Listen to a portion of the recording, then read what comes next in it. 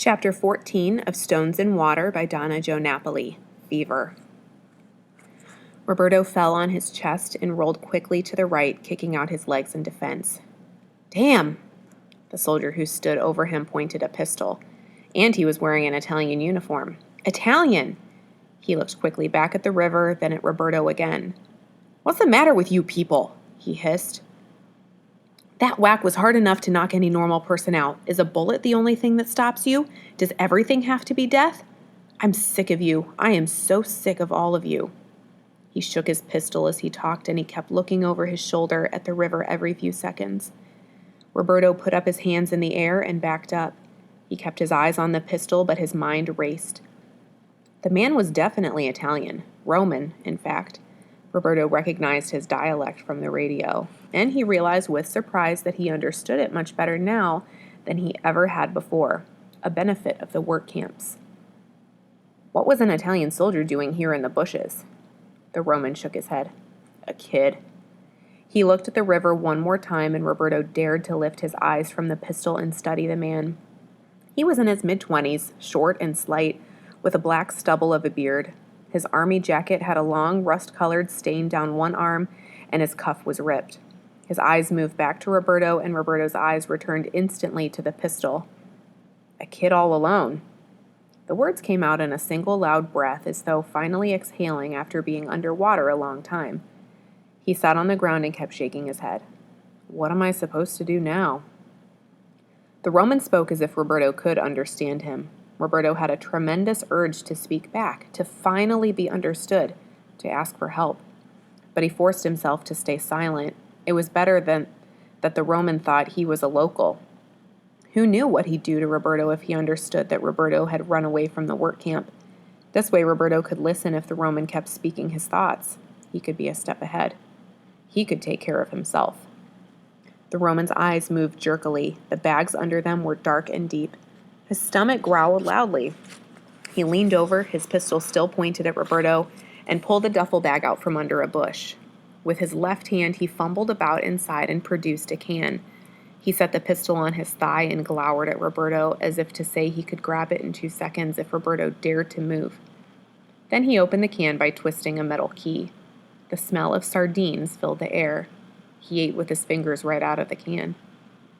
Roberto stared open-mouthed at the fish. The thick odor coated his tongue. The oil glistened. The Roman wiped his mouth with the back of his hand.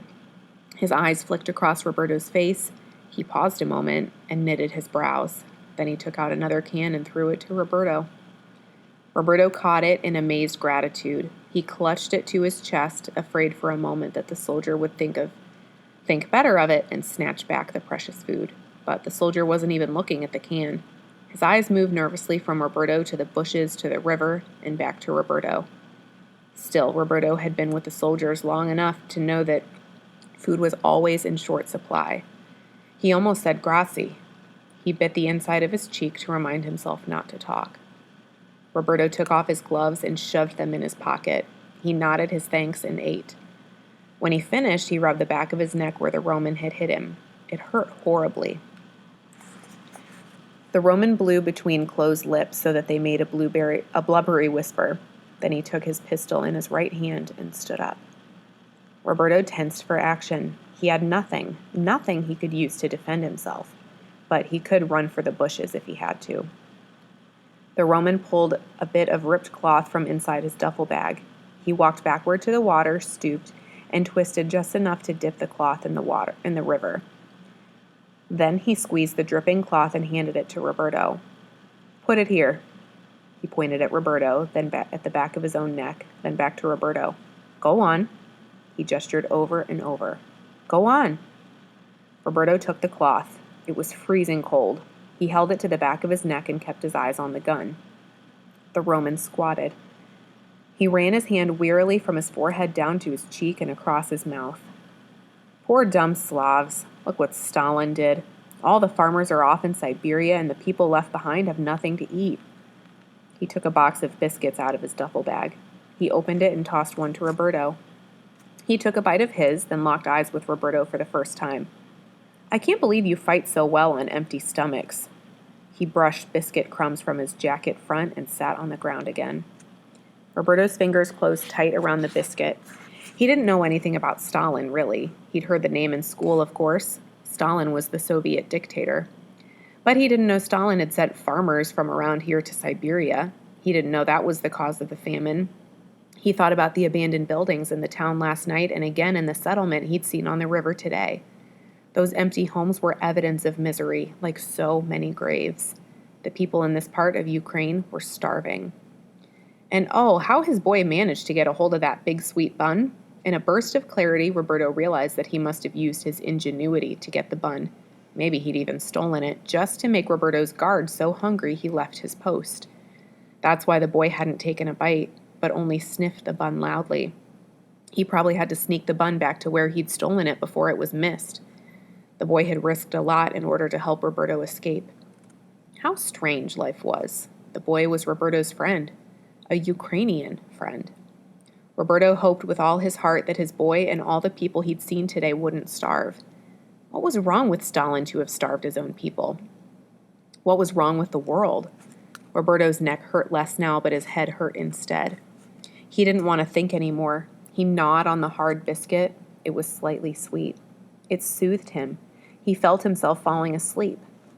The Roman kicked Roberto's shoe. Roberto blinked and pulled his knees to his chest.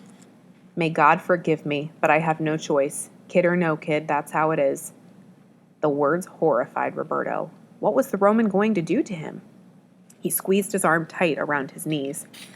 The Roman stood up and tied his duffel closed. Then he pointed at Roberto. I saw your paddle. He gestured, paddling the boat. Get your boat. We can be in Romania in a day and a half the way you paddle. He pointed his pistol at Roberto with his right hand, and with his left he pointed at the bush where the boat was hidden. Put that boat in the water. His voice was rough now. He gestured, paddling away. Roberto stood slowly, keeping his eyes on the pistol. He pulled out the boat. He was exhausted, and now that he was standing, he felt slightly faint.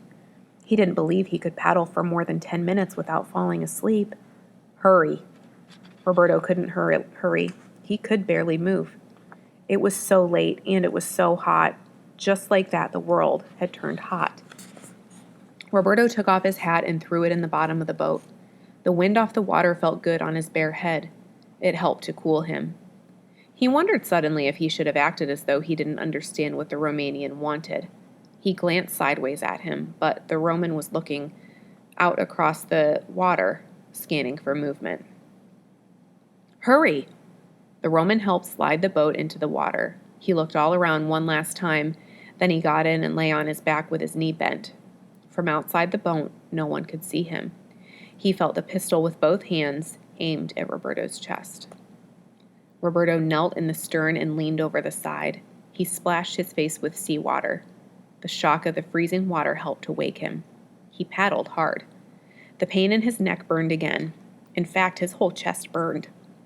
It must be the air. How could the air off the Black Sea be so warm when the water was freezing? Just this morning, everything had been cold. Don't think of pulling any fast ones. I can see the tops of the trees on this shore. The Roman pointed to his eyes, then to the trees, then back to himself, and then back to the trees again. If you try to cross the river to Nikolajev, I'll know. He slapped his pistol as if it alone could make Roberto understand what he said. Don't make me shoot you. His voice broke. Oh, Christ, please don't make me shoot a kid. Roberto paddled. They made it out of the harbor and turned west to stay along the north shore of the Black Sea. There was no sign of life anywhere. That was a blessing because Roberto could hardly see the rapidly deepening night. He could hear his blood pounding in his ears, and he was hot and getting hotter every moment. He put down his paddle and pulled off his outer sweater. Paddle! Roberto paddled. He licked his lips. They were so cracked now. The skin curled out in thin chips. He blinked and paddled. Where were the other soldiers from this Roman's troop? Would they shoot on sight? He wanted to hide in the bottom of the boat like a Roman. Hours passed. Roberto didn't know where his energy came from. It was as though he paddled in his sleep, but at least he was paddling in the right direction. If he ever managed to get away from this soldier, he'd be closer to Italy. It was black night now. He looked up. There were no stars behind them. The eastern sky was as cloudy as before a storm, but it should have been colder if a storm was coming. Instead, it was so hot. Roberto's back ached, his neck ached, his arms were beyond feeling. He paddled and paddled. "Good, we're going good." The Roman's voice trembled a little. "This is crazy, taking a kid away from his home, his country. What am I thinking?" He cleared his throat. Roberto could see the outline of the pistol in the dim moonlight. "I only need you till Romania." The Roman spoke in a strained, quiet voice. Roberto could hardly hear him. "From there I can go it alone. You can turn the boat around then and go back. That's it. You'll make it home again, I'm sure. You'll make it." He rested the gun on his belly. A light appeared up ahead, and another. Scattered twinkles lined the shore. Roberto wiped his brow. He was sweating. He looked down at the Roman again. The Roman stared at him, the whites of his eyes glistening through the dark. From where he lay, he couldn't see the cultivated fields, which were already beside them, the buildings ahead. He had no idea they were approaching a town. Roberto thought of pointing to warn the Roman. After all, the Roman had fed him, but then the Roman needed him to paddle the boat. That's probably why he fed him. Would Roberto be better off if the Roman knew about the town or not? He was too tired to try and figure it out, so he just paddled and paddled. Sweat dripped down his temples. He could feel that his shirt, inside the one sweater he still wore, was soaked through, but he didn't dare stop to take off the other sweater. He paddled, and now they were passing the first houses, dark and silent in the night. Roberto wiped the sweat out of his eyes. He thought he heard the brief lowing of a cattle, but it might have been only the wind on the water. The wind, which was behind them, helping to move the boat. They skimmed along, the houses thick together now, and a wall of sandbags in front of them all. Sandbags, a wall against bullets. Everywhere Roberto went, he was surrounded by war. He leaned over the side and splashed his face again. He watched the shore carefully. If he was going to have any chance at escape, he had to stay alert. He paddled. His wet hands were slippery on the handle of the paddle. He was bathed in sweat, but he kept his eyes on the shore. A bright light flashed on him from ahead and above. The danger came from the water, not the shore. How could he have not heard it approach? Roberto stared into the light of the patrol boat with a fleet feeling of doom. Someone shouted at him in Ukrainian. "Don't let them know I'm here," said the Roman. "Don't let them kill me." Roberto couldn't see the Roman's face because of the glare of the boat light. He couldn't see his gun, but he knew it was still pointed at him. He had to think hard and fast. He didn't want anyone to die. The light moved down the boat. As it left Roberto, he swung the paddle and knocked the pistol from the Roman's hand. Roberto reached down and grabbed the pistol. The Roman was in full light now, curled on his side in the bottom of the boat, as though hunching that way would make him invisible. There were more shouts in Ukrainian. Roberto stood in the boat with the balance of a gondolier's son. He leaned over the Roman and pointed the pistol at him in full view of the patrol boat. The Roman stared at Roberto with desperation in his eyes. Roberto turned his face into the light and smiled. He waved his pistol at the men in the patrol boat.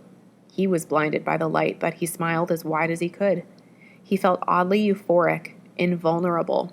He laughed. Then he stuck the pistol at his waistband. He pulled his peasant hat out from under the Roman's leg and slapped it on his head. He picked up his paddle. It almost slipped from his hands. They were so wet with sweat, but he caught it just in time. He waved the paddle at the patrol boat and smiled crazily and paddled. The men in the patrol boat spoke quickly, several voices interrupting one another. Roberto paddled past them. He waved again.